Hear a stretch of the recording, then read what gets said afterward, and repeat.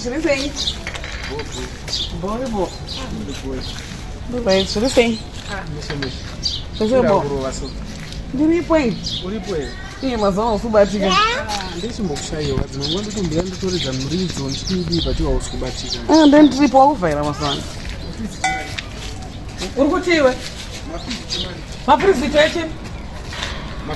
Iwe, uri kufunga ndakapusa ini zvekutadza kuona kuti uri kutaimira mwana wangu.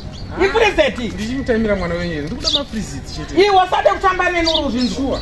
Kune firiziti tsvuku yakadai. Wakambona firiziti tsvuku yakagona. Nai momsi. Yeah? Kata muchatengesa mafiriziti here panapa. Waona akanyorwa. Apo pakanyorwa mafiriziti aya. Iwe kasira kubva pano mani. Iwe.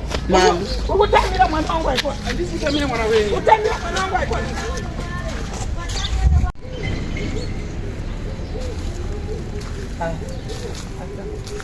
Iwe kanovhanga dakaya. Mama, akachibvunza mafiriziti. Iwe ndati kanovhanga dakaya. Akachibvunza mafiriziti apakanzi mafiriziti. Uno mushina akadai so unonyengwa nekangaira yemukomana yakadai so.